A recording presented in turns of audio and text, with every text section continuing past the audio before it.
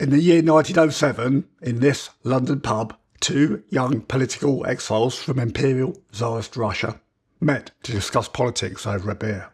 They were Vladimir Ilyich Ulyanov, 32, and Joseph Vissarionovich Zhushashvili, 27. You may know them better by their later assumed political names, Vladimir Lenin and Joseph Stalin. A decade after meeting up in this pub, together these two would go on to found and lead the Soviet Union. During his tenure as dictator, Stalin would murder over 10 million of its citizens. Welcome then to 10 historic Soviet sites of Great Britain.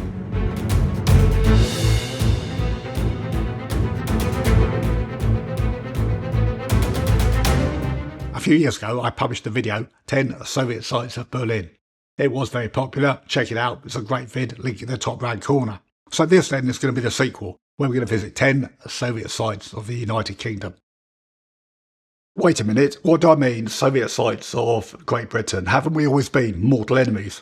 Well, yes and no, it's complicated. So please sit back for the next 60 minutes while I take you around to 10 locations in the UK that explain our connection with the Soviet Union.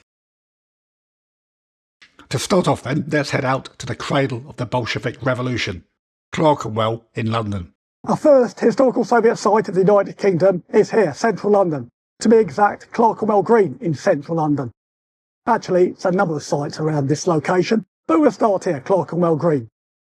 It may be a bit of a revelation for you to know, but the October 1917 Russian Revolution wasn't founded in Petrograd or Moscow. It was founded here, in Clerkenwell, in the early 1900s. Let me explain further. I've already introduced this guy to you at the beginning of the video, and I expect if you're a left-wing student, you got his picture on your bedroom wall somewhere. He is Vladimir Ilyich Lenin, the father of the Soviet Union. But 30 years before the Russian Revolution, he was simply Vladimir Ulyanov, an intellectual and a law student from Simbirsk in Imperial Russia. As a result of his brother's execution in 1887 by the Tsar's forces, Ulyanov became radicalised while at university, becoming a committed Marxist and anti-Tsarist. His activism would see him imprisoned in 1895 for 3 years in Siberia for sedition. Once released from imprisonment in Russia, Ulyanov fled to the west, seeking political asylum in a number of European countries. By the year 1901, Ulyanov had been given asylum in the United Kingdom, living in London. He had also changed his name to Lenin to avoid the attention of the Tsar's foreign agents. Lenin lived in a number of locations in London, but principally at this location, 16 Percy Circus in Clerkenwell. Now, although the layout of Percy Circus is as per 1900, these are not, unfortunately, the original buildings. But you can see where Lenin used to live by the inclusion of this blue plaque. Interesting though Lenin's former dwelling is, it's only part of the story. So we're going to take a 15-minute walk now, south, down Farringdon Road to Clerkenwell Green to tell the second half. And on arrival, we're going to stop by at this building, number 37 Clerkenwell Green, because in the early 1900s this was the location of the Russian dissident movement in London. The building was the headquarters of the Russian Social Democratic and Labour Party in exile. Lenin worked here daily, and he was a member of the editorial board of Iskra, Russian for Spark, a Marxist underground pamphlet which was printed in London and then smuggled into Russia for distribution by dissidents. Today the building is still a hotbed of Marxism, and it is home to the charity-owned Marx Memorial Library and Workers' School, and inside you'll find a shrine to Vladimir Ilyich and all the Russian revolutionaries of the early 1900s. And what better place to talk revolution and communism than the pub? Because right next door to the RSDLP HQ was this pub, the Crown Tavern. The Crown Tavern has existed here since the early 1800s, and in many modern-day guidebooks and inside the pub itself, you'll find it advertised as the place where Lenin first met Joseph Stalin. But sadly, that's not exactly true, although they did meet up here in 1907. Joseph Zhushashvili, using his birth name before he became known as Stalin later on, was a Georgian street thug and robber who became interested in Marxism, principally seeing an opportunity for himself for betterment, he became an opponent to the Tsarist Imperial Russian regime and joined the Russian Social Democratic and Labour Party.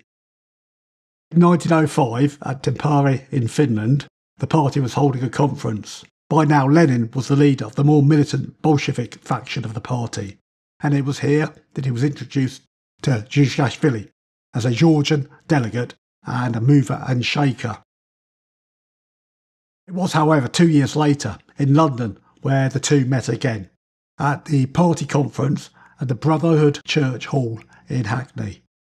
By now, the party had split acrimoniously into two warring factions, the more militant Bolsheviks, led by Vladimir Lenin, and the more moderate Mensheviks.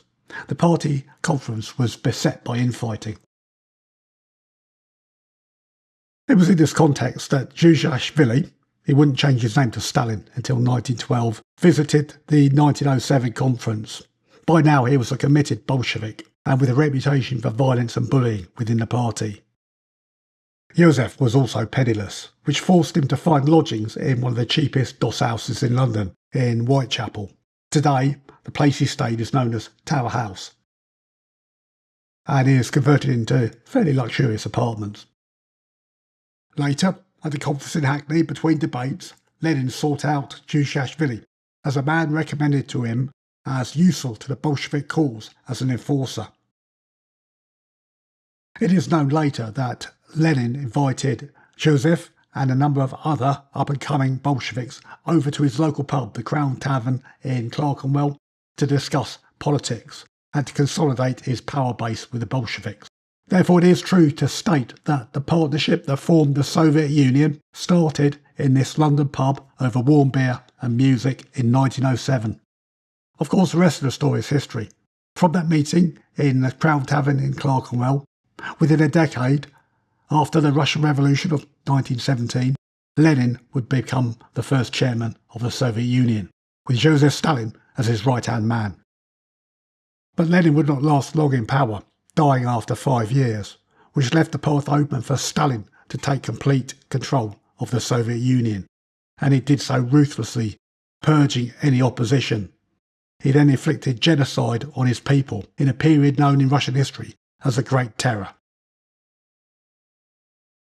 Finally, to finish off our tour of Lenin's locations in London, we're going to visit this place in Bloomsbury, because in 1909 Lenin returned to London to research and write a thesis on socialism, and in doing so he spent much time in the British Museum's reading rooms which were nearby.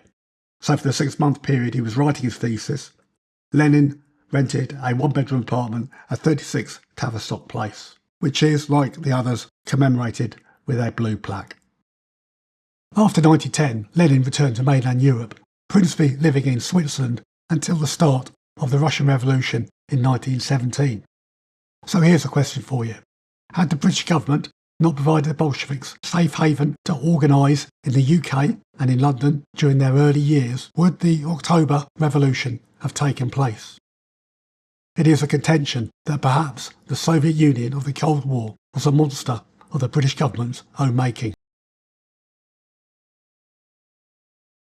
For our next Soviet location, we remain in London, but we're going to go back in time, 50 years before Lenin's time in London anyway, to Highgate in North London, to visit the grave of one of the most influential people in human history. And I don't mean that in a good way. If Vladimir Ilyich Lenin is considered the father of the Soviet Union, then our next person of interest can be considered its godfather, well, at least its political and spiritual inspiration. Of course, I'm talking about Karl Marx. Pictured here on the left of this Soviet propaganda poster, and the banner reads in Russian, "Long live the great invincible banner of Marx, Engels, Lenin and Stalin." Even in the present-day Russian Federation, you'll find statues of Karl Marx, like this one in central Moscow. But Marx never actually set foot in Imperial Russia, and certainly he died 30 years before the Russian Revolution that founded the Soviet Union. So why is he so important? Karl Marx wasn't Russian. He was, in fact, German, born to a poor German Jewish family.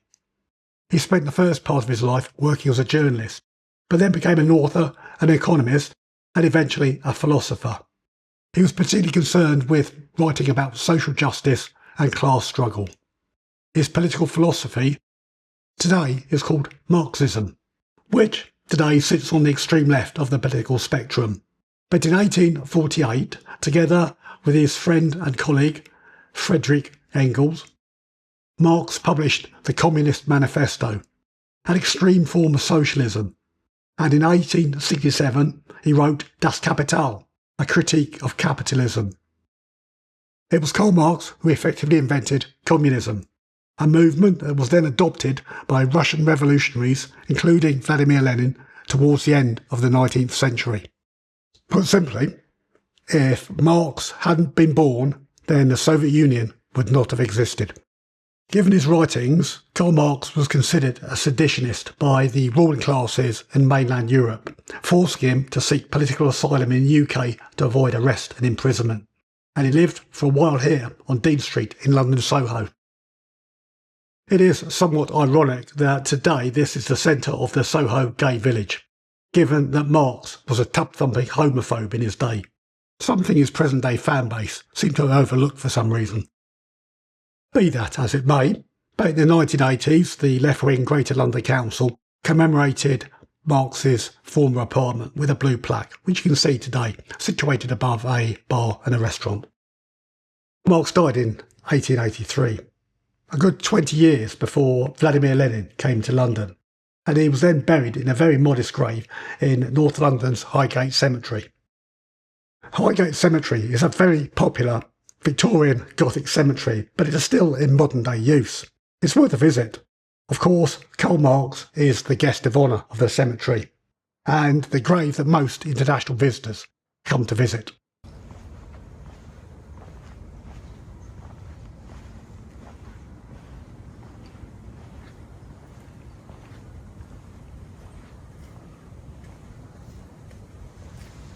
Although you should be aware that this is not Karl Marx's original grave. Oh no, this is, and it's still found in its original location. For the first 40 years after his death, nobody visited Karl Marx's grave, apart from his immediate family. But it was after the Russian Revolution, and then with the spread of international communism after World War II, that Marx became the figurehead of the communist movement, and his grave in Highgate became a shrine to communists from across the world. So it was in 1954 that the Communist Party of Great Britain, funded of course by the Soviet Union, had Karl Marx reinterred in a more accessible location in Highgate and with a dedicated memorial. And that stands to this day. The Soviets would regularly use Marx as a memorial for propaganda purposes, such as here in 1961, where the first man in space, Yuri Gagarin, visited London on a valedictory visit. The Soviet embassy held his press conference in front of Karl Marx's grave, where he laid flowers at the grave and waxed lyrical about how communism made spaceflight possible. Even on my visit 2025, there were people coming to lay flowers at Marx's grave. So me personally, as a historian, I find this place fascinating to visit. But the cognitive distance of some of the visitors is amazing. Let me put it simply. Karl Marx's ideology is responsible for the deaths of up to 100 million humans in the 19th and 20th century. In my view, this place is no different to Adolf Hitler's grave in Berlin, which I've visited as well. You can check out the link in the top right corner, and I make the same comments there, so please don't accuse me of bias. But no doubt some left-winger in the comments will come along and say, well, that wasn't real socialism. All we can say is that if this man had never existed, 100 million people would not have died. Our next location isn't Soviet at all. It is associated with the Imperial Russian Navy 120 years before the USSR even existed, hence the change of flag. So we're going to pay a visit to Portsmouth in Hampshire to explain a historical context. Portsmouth, and Portsmouth Harbour specifically, is the location of the oldest Royal Navy base in Britain and home to the British Royal Navy. You may ask yourself why the British government in the early 20th century allowed the Bolsheviks a safe haven in the United Kingdom and the ability to organise against the Imperial Russian Empire of the Tsar. Well, that was due to animosity which started 100 years before. During the early Napoleonic Wars, the Russian Empire was a staunch ally of the British Empire against Napoleon Bonaparte's France. But in 1808, facing defeat against Napoleon's forces, the Russian Tsar signed a pact with Napoleon and turned against the British Empire. This left the Russian Navy in a very awkward position because they'd been fighting alongside the Royal Navy against Napoleon's forces in the Mediterranean. Russian Admiral Dmitry Nikolaevich Senyavin negotiated a truce to allow his ships safe passage away from the British to return to base in St. Petersburg in Russia. Under escort by the Royal Navy on the 28th of September 1808, Senyavin's flotilla arrived at Portsmouth Naval Base to take on provisions for their final leg of their journey to St. Petersburg. At this point, the British had a change of heart and impounded all the naval vessels in the harbour and took all the crews prisoner. In total, 10 of Senyavin's Imperial Russian Navy ships and around 6,000 sailors, officers and men were seized by the British and held in Portsmouth Harbour. As gentlemen, senior officers such as Senyavin were permitted ashore and were hosted by Royal Navy senior officers. But the junior officers and enlisted men were required to remain on their ships. During their year's captivity, conditions aboard the Russian ships became quite poor, and many Russian sailors fell ill, quite a few dying of things such as scurvy and TB. I'm sure you've heard the idiom, up the creek without a paddle, or its more vulgar variant, up shit creek without a paddle, meaning to be in a very difficult situation that you cannot get out of. But did you know that it is in fact a phrase from the British Royal Navy from the early 1800s created about Portsmouth? The creek in question is Hazard Creek in Portsmouth, and the phrase is a Royal Navy euphemism for transferring dead or very sick sailors from ships in the harbour to the Royal Navy Hospital in Haslar. Ships in harbour would use manually rowed longboats to transfer dead or very seriously ill sailors up Haslar Creek to the hospital dock. The dead or dying sailor obviously would be on a stretcher and not able to row, hence the phrase going up the creek without a paddle. In the early 1800s, hospital mortality was very high, so if your shipmate went up the creek without a paddle, it was a very bad thing and probably a one-way trip. During their year of captivity, Senyavin's fleet sent over 200 Russian sailors up the creek without a paddle. 126 of them did not return. As foreign sailors, they were buried without ceremony in mass graves in Haslar Paddock near the hospital itself. In August 1809, Senyavin's fleet were released by the Royal Navy, and they returned to their home port of St. Petersburg in Imperial Russia. But relations between the Russian Empire and British Empire would never be the same again. Sailors who died in the hospital before 1826 were buried in mass graves behind the hospital in what's known as Haslar Paddock. The foreign casualties, such as Turkish Ottoman sailors, or in this case Russian sailors, were buried quite often without documentation in mass graves. In the year 2011, archaeologists discovered a mass grave containing the bodies of 45 Russian sailors. After the investigation, they were reinterred, reburied with full military honours by the Royal Navy, attended by the Russian Federation Naval Attaché, and this cross now marks the spot of that grave. After the Napoleonic Wars and 1808, the increasing rivalry between the British Empire and the Russian Empire over land and influence became known in politics and in print as the Great Game. This cartoon from 1907 satirises the Great Game pre-World War I and the Russian Revolution. Here you see the Russian bear and the British lion fighting over the Persian cat, an analogy for both empires' ambitions in the Middle East. And arguably 200 years on, the Great Game between Russia and the UK still exists and goes some way to explaining the animosity between both countries.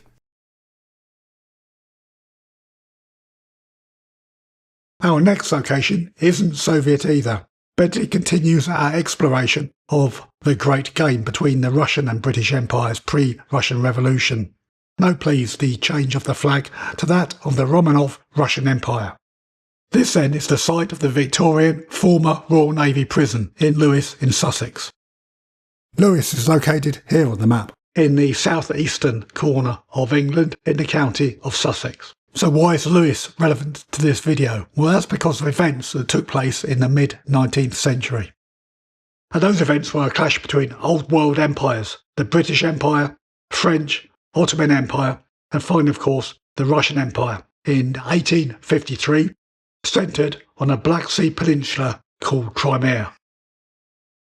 I imagine you have probably heard of Crimea in the news, because that clash of empires 173 years ago is still being played out in the present day in Crimea. The Russian Federation's actions in present-day Crimea are as a direct result of the outcome of what was known as the Crimean War in 1853. Known to the British as the Crimean War, it was the only time that the British Empire and the Imperial Russian Empire ever went into active war and lasted for 3 years, although the scope of the conflict was much wider than just the Korean Peninsula, as far north as Finland and as far southeast as the Holy Lands and Palestine. The war was caused by an Imperial Russia of the Romanov dynasty expanding into territory controlled by the Ottoman Empire, such as the southern Balkans, Crimean Peninsula and the Holy Lands, Palestine and present-day Syria. Given Britain's historic Great Game animosity towards the Russians, they backed up the Ottomans and sent expeditionary forces along with the French into the Black Sea via the Dardanelles, landing in the Crimea. Thanks to early photography and war journalism, the Crimean War is considered history's first modern war, but was very costly in terms of casualties, with nearly 1 million casualties on all sides.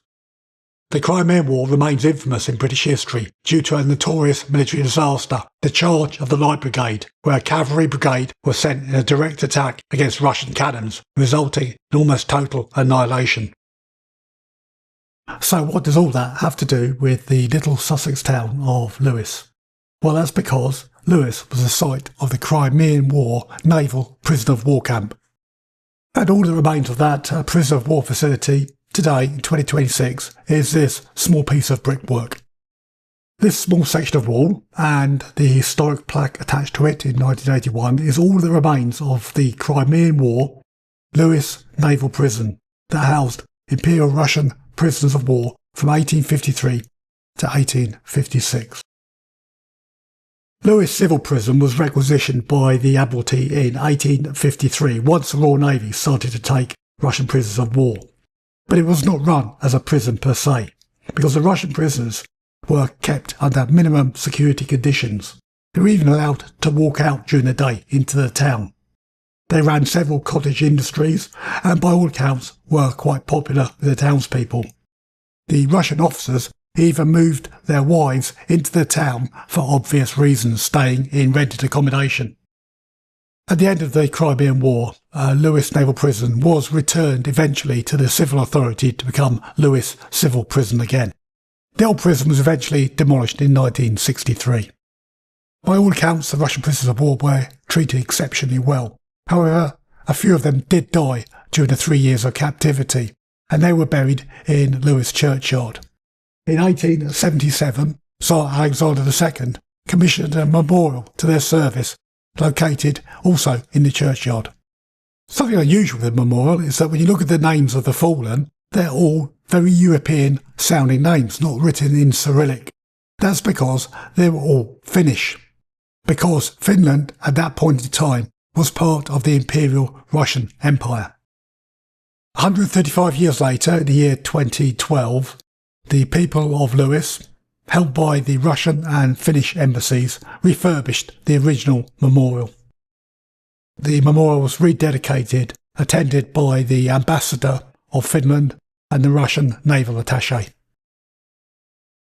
The Crimean War was a defeat for the Tsar's imperial forces, and they were driven back from Eastern Europe and the Holy Land. But they did succeed in ejecting the Islamic Ottoman Empire from the Crimean Peninsula. Part of the Romanov Russian Empire, after the Russian Revolution of 1917, Crimea became part of the Soviet Union. Initially, Crimea was part of the Russian Federative Socialist Republic. When Stalin came to power, as part of his purges, he began a program of ethnically cleansing the indigenous Turkish Tatar people from Crimea and replacing them with Russian Slavs. Although the more moderate Khrushchev, when he succeeded Stalin after his death, would stop this program. Another thing that Khrushchev did, being a Ukrainian Soviet citizen, he transferred Crimea to the Ukrainian Soviet Socialist Republic's administration. Although this was purely down to logistics, as Crimea shared a land border with the Ukrainian USSR. In 1991-1992, as part of the breakup of the Soviet Union, the last leader of the Soviet Union, Mikhail Gorbachev, agreed to Crimea becoming part of a newly independent Ukrainian state. In the chaos of the breakup of the Soviet Union, it was overlooked at the time that over 80% of Crimea's population considered themselves ethnically Russian. Although the Russian Federation maintained their lease on their Black Sea military facilities, the governance of Crimea was a running sore for the next 20 years, until 2014. In that year, Russian President Vladimir Putin decided to reassert Russian control over Crimea. To the fast-moving changes in Ukraine, signaling the Russians appear to have won this round, taking control of their prize, Crimea. Falling like dominoes. Today, pro-Russian forces stormed Ukrainian Navy headquarters. The head of the Navy taken prisoner, still held tonight as Ukraine's military plans a full evacuation of its troops and their families. As Russia takes control of Crimea, symbols of the past are erased as Russian flags are raised. Clocks will move ahead 2 hours to Moscow time. The Russian ruble will become an official currency. There is excitement and uncertainty. The politics and any justification for this, I'll leave to other YouTubers. The typical Western response was to place financial sanctions on Russia, which have had largely little effect. Meaning almost overnight, Kentucky Fried Chicken became Crimean Fried Chicken. Not something I think Catherine the Great ever thought about when she first annexed Crimea. For our fifth location, we're going to return to the Soviet Union proper, hence the change of flag, but also to the 20th century, and we're going to return to London. Let me introduce this place. Our next historical Soviet site in the United Kingdom is again in London, in Lambeth to be exact, in Geraldine Mary Harmsworth Park, which is the home to the National Imperial War Museum, although we've not come here to look at that.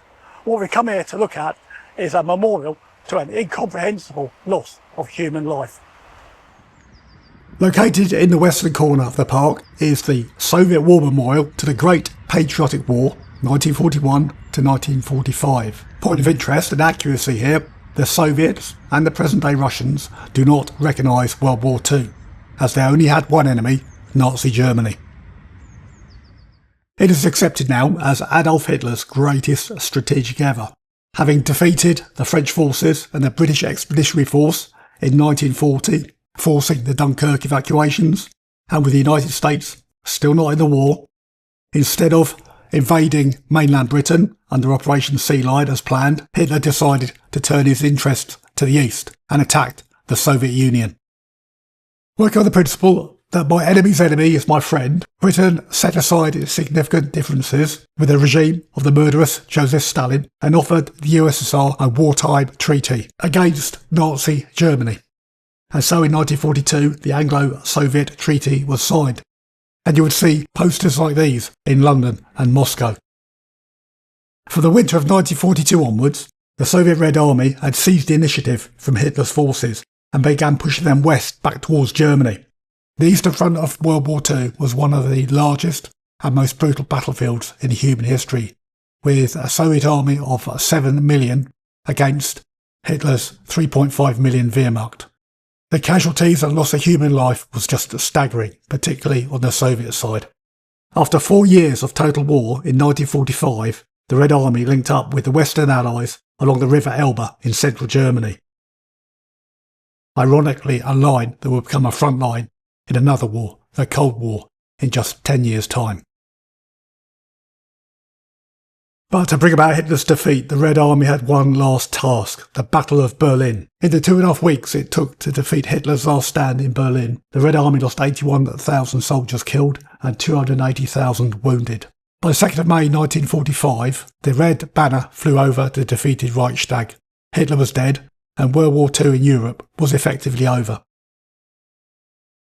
When all the deaths in World War II, both civilian and military, are analysed, it is easy to see the human cost on the Soviet side. This graphic shows that for every soul that the British and or Americans lost, the Soviets lost 70. The murderous brutality and incomprehensible loss of human life in the Eastern Front has never been properly understood by those in the West, not after World War II and certainly not in the present day. Hollywood only ever bothered to make 3 movies about the Eastern Front: Cross of Iron in 1977, Schindler's List in 1993, and in 2001, Enemy of the Gates. The 1985 Russian-language movie, Idi Ishmotri, come and see in English, tells the story of Operation Barbarossa in the East. Set in 1941 in the Belarusian Soviet Socialist Republic, where 1 in 4, i.e. 2.5 million Belarusian citizens were murdered by the Nazis, Come and See is so brutal and horrific, it makes Schindler's List look like a Disney production.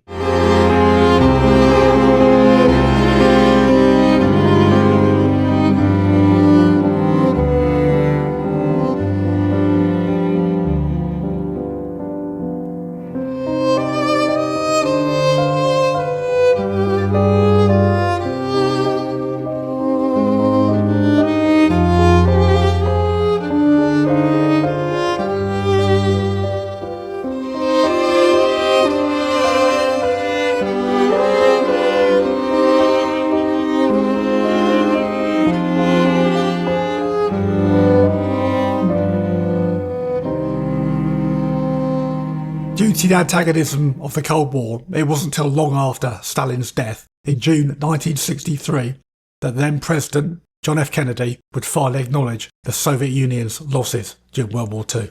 And no nation in the history of battle ever suffered more than the Soviet Union in the Second World War. At least 20 million lost their lives. Countless millions of homes and families were burned or sacked.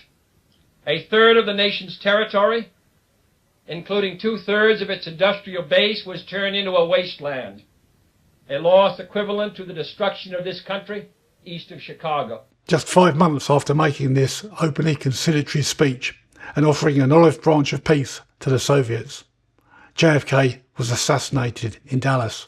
And if you believe the conspiracy theories, this speech was one of the reasons why.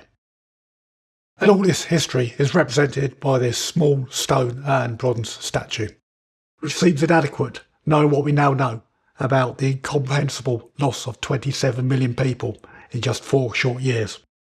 But it was due to the Cold War that until 1999 there was no national monument to the lives lost by Britain's ally in World War II.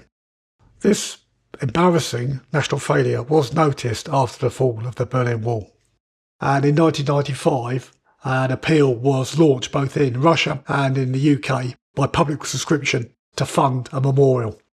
The memorial is titled Sorrowful and was designed by Russian sculptor Sergei Sherbakov. It is made out of bronze and stone, the bronze coming from Russia and the stone from the UK. It was unveiled on Soviet and now Russian Victory Day, 9th of May 1999. 54 years after the end of World War II. You can read the inscription yourself.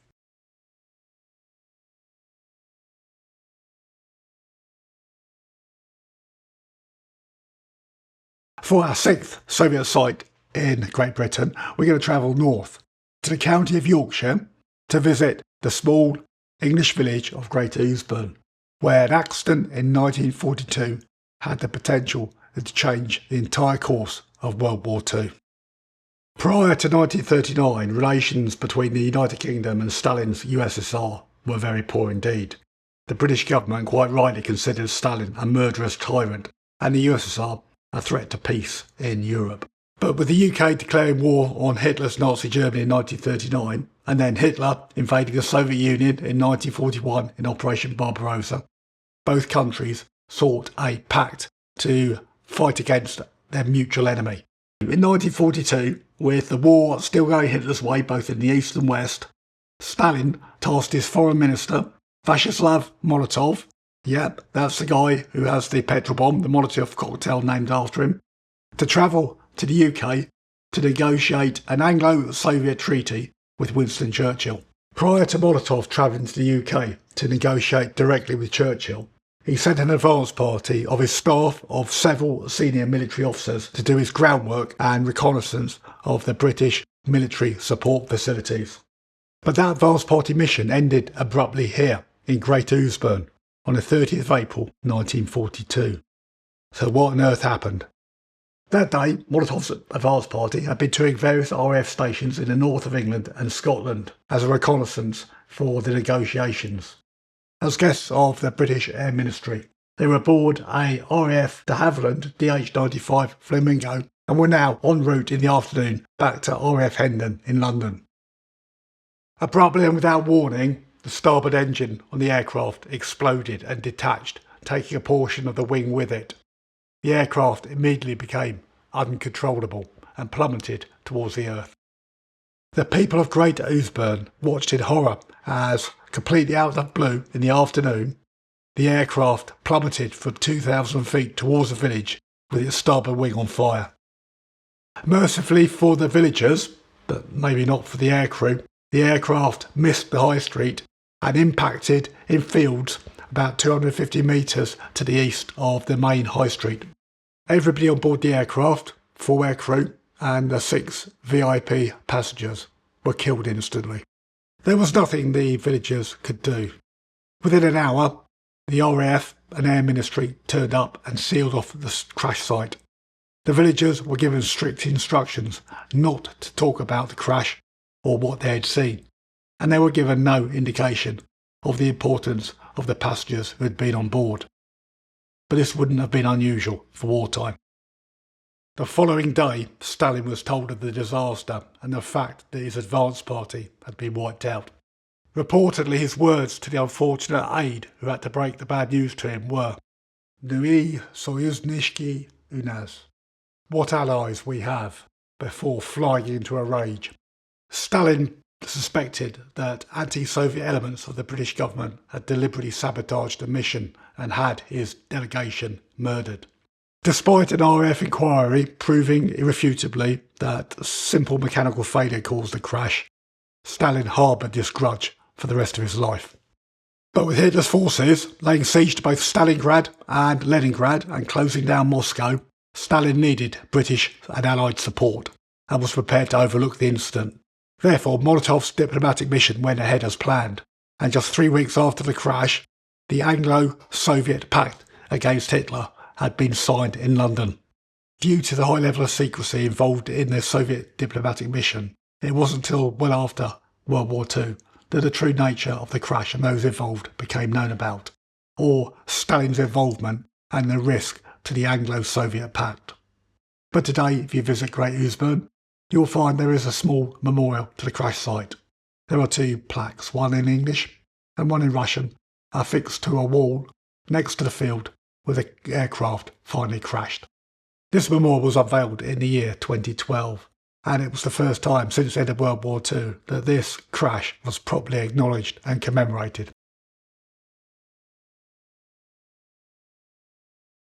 For our 7th location, we're going to travel north now to the remote northwestern coast of Scotland to visit a location that was as important to winning World War II as the Normandy beaches were on D-Day. We're going to visit the Scottish sea loch of Loch Ewe. Loch Ewe is a very remote, deep water inlet with direct access to the North Atlantic. Its remoteness and its sparsity of population lead it to do discreet naval operations both during World War II and the Cold War. In the present day, it is both a NATO naval refuelling station, pictured here with the refuelling jetty, and a nuclear Z-berth, where a NATO nuclear submarine experiencing a nuclear emergency can surface and berth well away from habitation. But it was in World War II from 1941 onwards, because of its defendability, remoteness and access to the northern sea lanes, Lockheed was selected as the forming up point for British naval supply convoys to the Soviet Union. Until the winter of 1942, the war was going very much Hitler's way in the east, and the Soviet Union had to retreat away from their food supply and factories in the west. To keep the Soviets in the fight, the British, assisted by the United States and the Canadian governments, ran constant supply convoys from Scotland to Soviet ports of Murmansk and Archangel. These supply convoys formed up in Lock U and then transited through the Arctic Sea. They became known as Arctic convoys.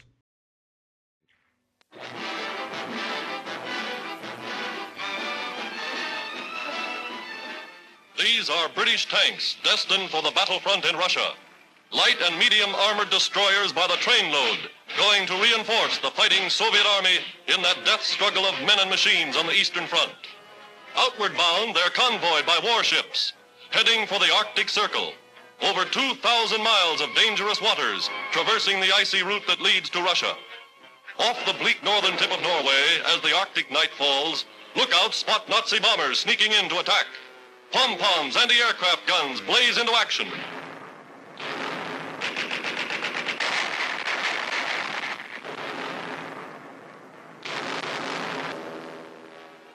But the convoy goes through.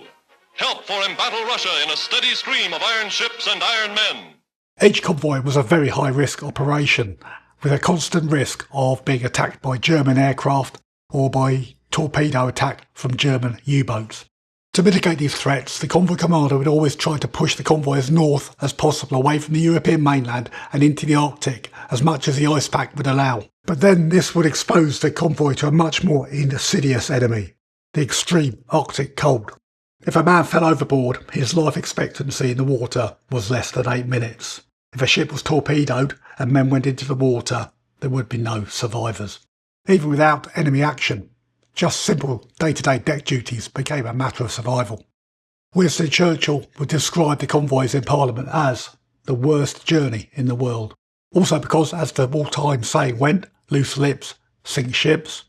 The convoys took place in the utmost secrecy. Losses of life at sea and losses of ships were seldom publicised in the media.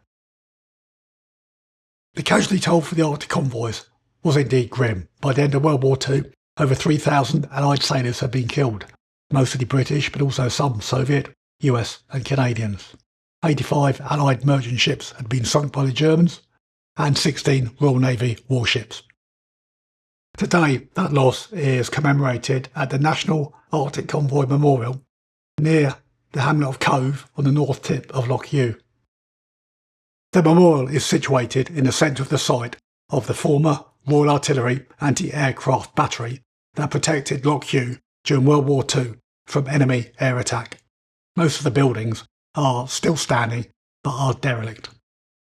The memorial is a simple carved stone obelisk, and the inscription reads, "In memory of our shipmates who sailed from Loch Ewe during World War II.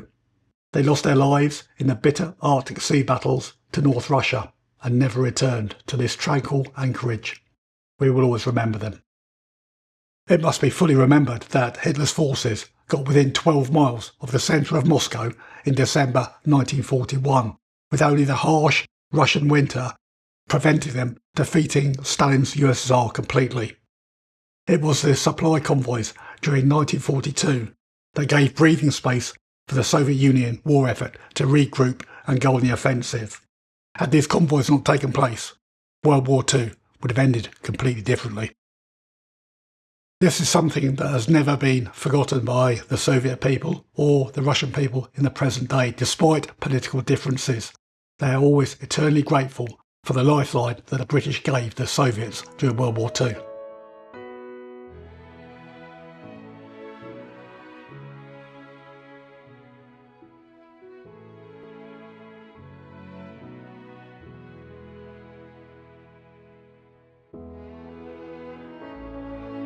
It is this collective gratitude from the Soviet and Russian people that I designate this as a Soviet site, even though the 3,000 fatalities were mainly British. And it is somewhat sad that the British public still don't know the full story of the World War II Arctic convoys. The few convoy veterans left are now in their late 90s, but it is heartening to see that Army, Air Force and Sea Cadets of the present generation turn up on Remembrance Day to lay wreaths at this memorial.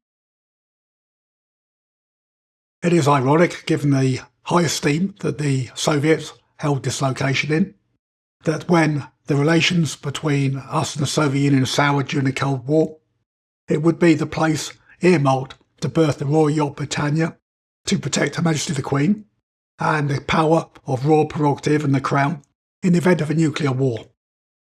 I tell this full story in my video, Operation Candid. Add it to your reading list. Now, a worthy final mention for this location, and this can be found in the village of Altby on the north-eastern side of Loch Ewe.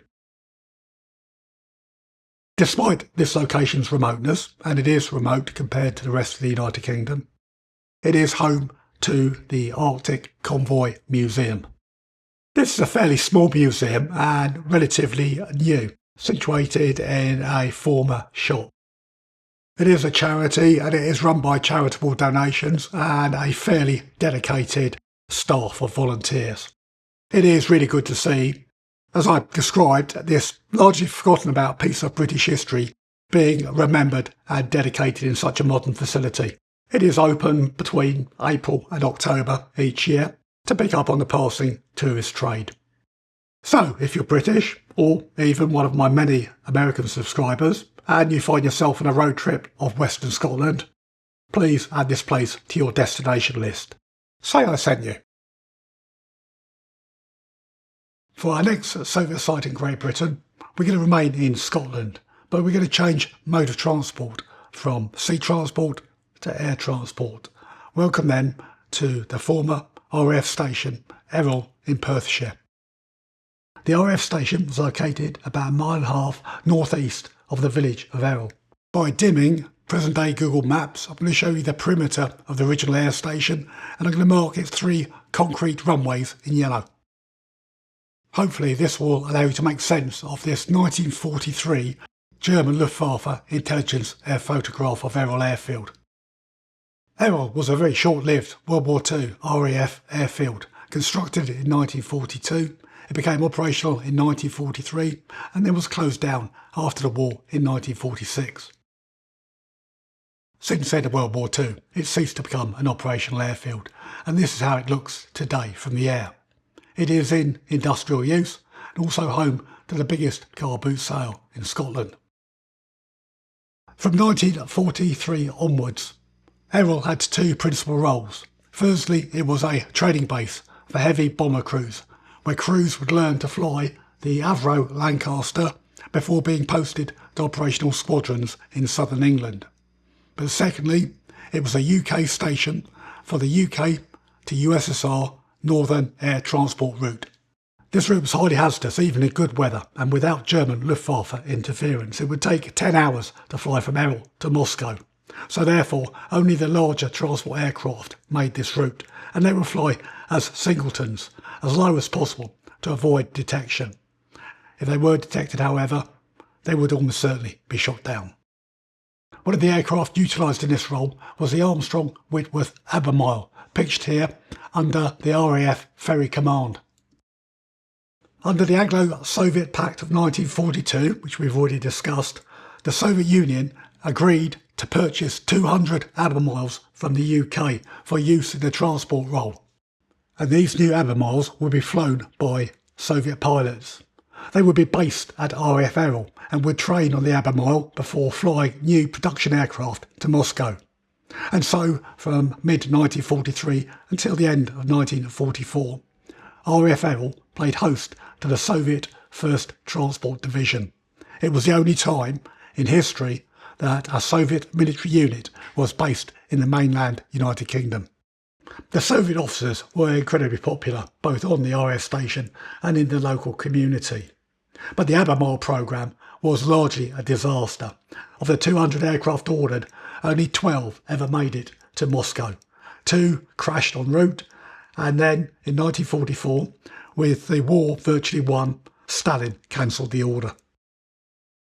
The Soviets lost faith in the Albemarle principally due to the slow delivery programme by the British, but also over doubts over its airworthiness caused by a number of crashes.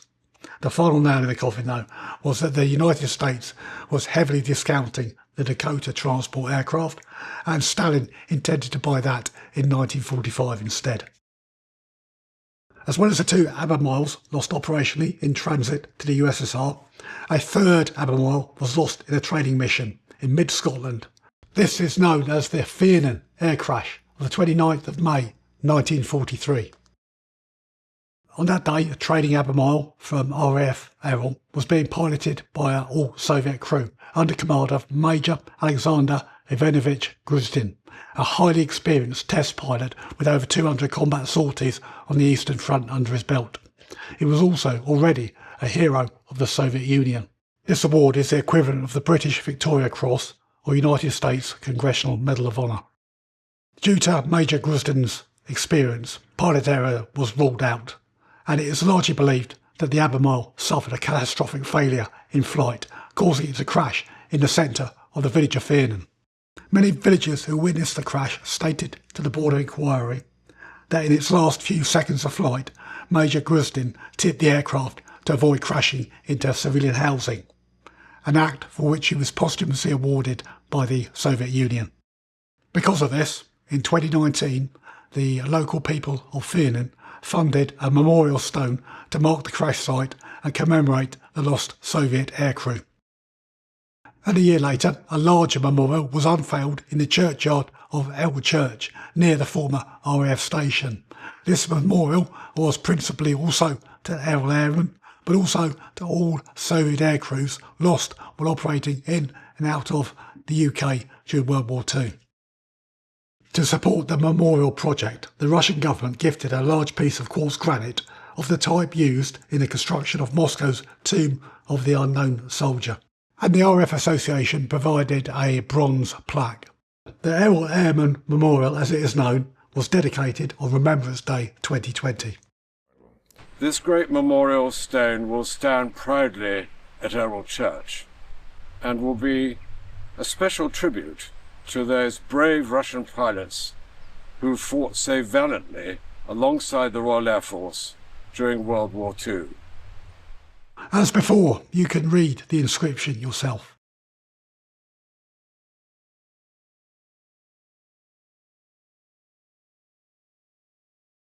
Our next site is not Soviet, just one small section of it with just 3 residents.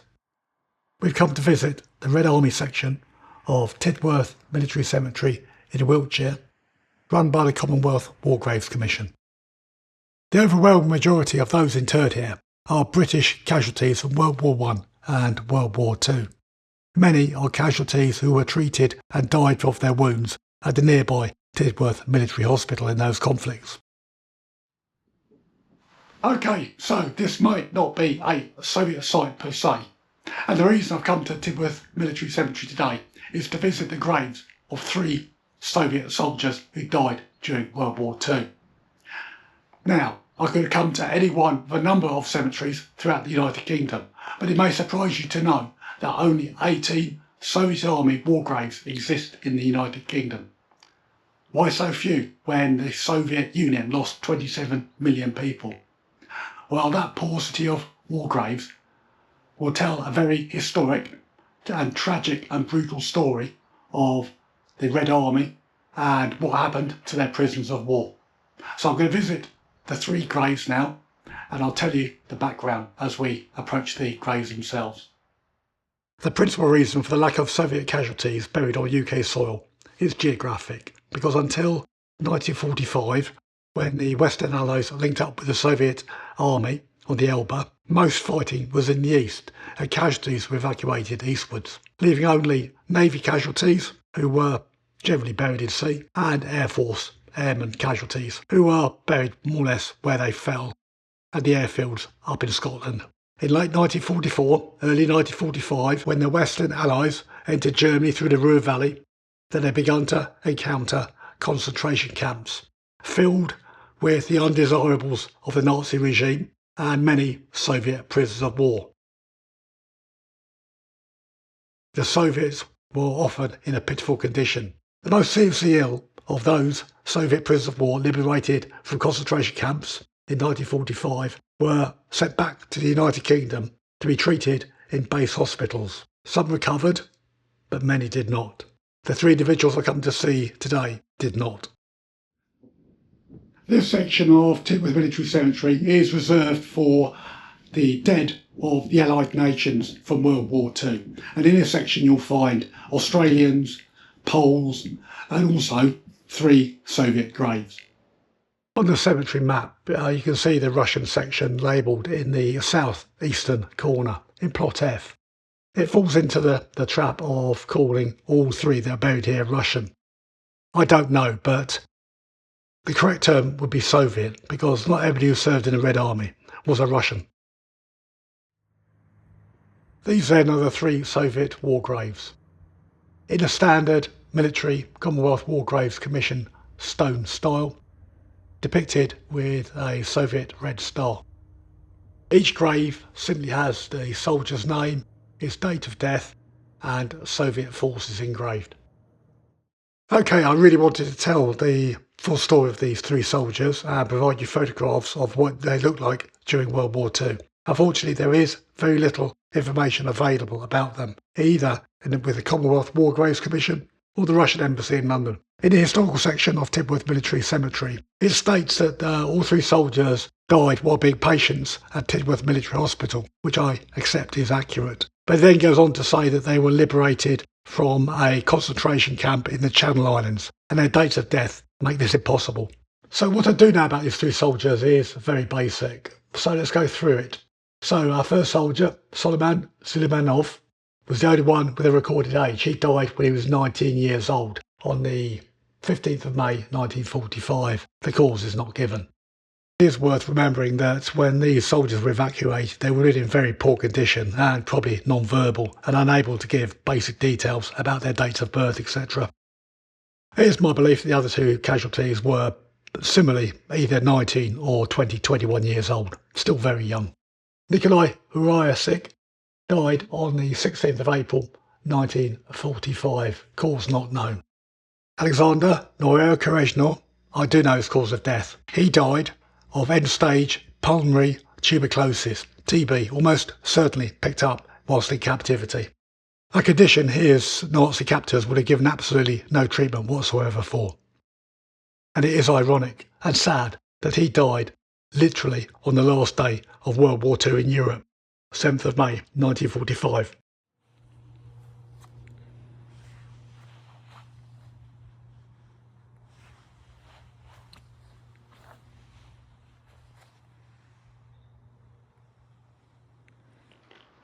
Sadly and inevitably, these 3 soldiers don't get many visits to their graves. I doubt they have any living relatives now in the former Soviet Union, and even if they did, they're hardly going to come to the UK to visit their long-lost relatives' graves. So I'm probably the first person that visited these graves in a number of years. Now, I'm aware the Russian Embassy does pay the Commonwealth War Graves Commission to maintain them, but they do get very few visitors. As an ex-serviceman, I think it's very important that if I come, I don't just come as a tourist, I come to pay respects. So I'm going to visit the graves. I'm going to lay a tribute in each grave, just to prove that somebody visited them once in 80 years. As well as the Poppy Appeal cross and poppy, if you're wondering what I'm putting on top of the grave, it's a penny. And this is a military tradition. It signifies that a stranger has come to your grave to pay respects.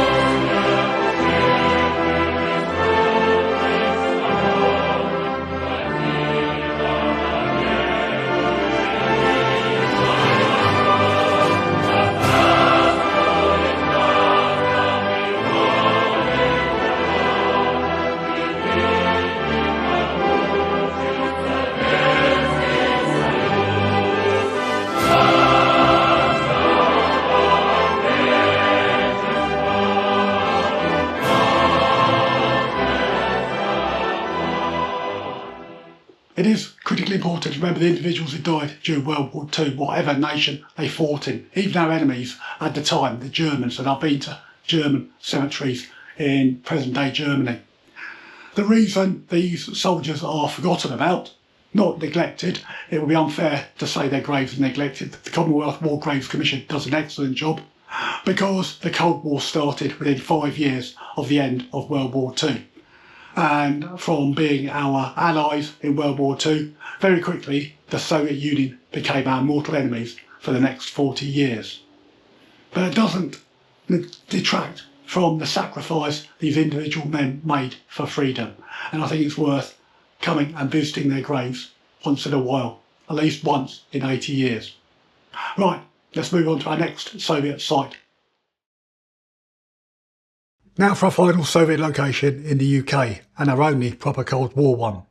The previous 9 locations I've shown you in this video have told the story of Imperial Russia and the Soviet Union in Great Britain. This last location is peak Cold War, the heart of the Soviet KGB spy empire in the UK.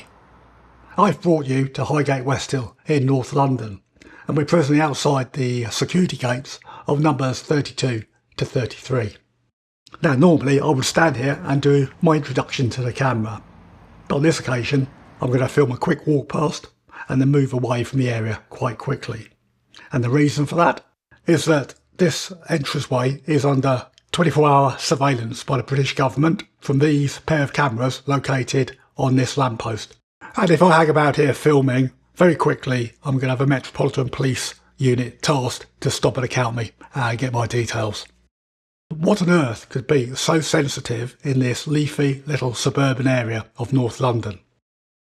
This sign outside the gate explains partially why. This is the Russian Federation diplomatic compound in North London. It is home to the former, now closed, trade delegation of the Russian Federation. It is still in use by diplomatic staff and contains the residences and offices for the majority of Russia's diplomatic staff in the UK. In 2018, the British government threatened to close the delegation down for espionage activity, but then world events kind of overtook that, and in 2022, financial sanctions against the Russian Federation took hold, and the trade mission is now largely redundant. Obviously, I can't take my camera inside the compound to show you around, so we'll have to use Google Maps for that. The white arrow is where we're presently stood on Highgate Westhill, and this, then, is the extent of the Russian Federation compound. The land was bought by the Tsar in the 1800s and then became the property of the Soviet Union by default in 1917. Many of the Victorian-era buildings still stand, particularly the gatehouse, but in the late 1960s the Soviets conducted a large-scale redevelopment of the site. It was in the mid to early 60s that the trade delegation was located here, away from the main embassy site in Kensington. The largest building on the site is a 1969 completed Russian trade delegation complex. Designed and built in the typical mid-1960s concrete panel design, this is the present-day Russian trade delegation building, if you got behind the security barriers to come and visit.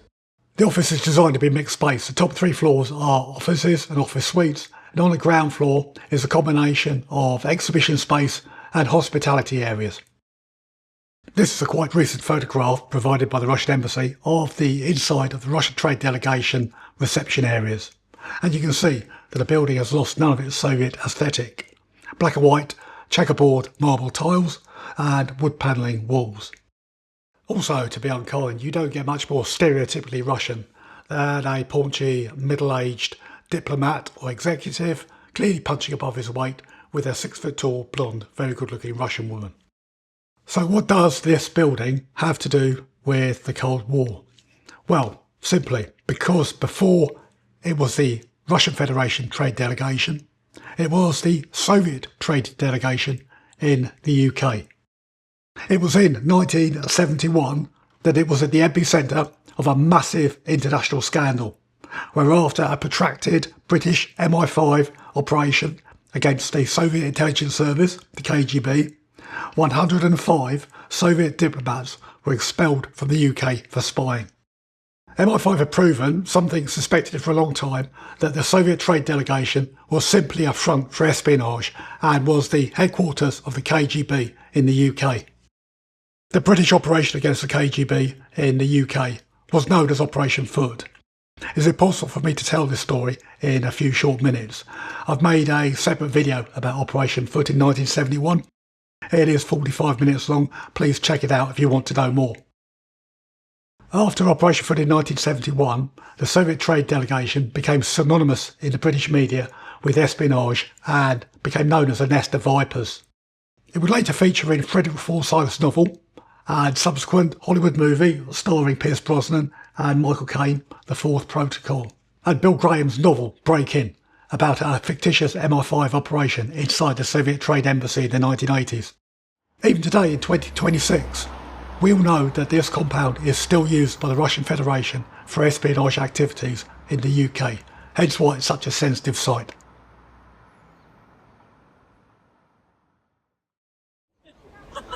Okay, so that is our 10 Soviet sites of the United Kingdom done and dusted. Hope you enjoyed that, and I hope you do learn something from it, because the United Kingdom's relationship to Tsarist Russia and the Soviet Union is a lot more nuanced than the latter years of the Cold War would allow us to believe.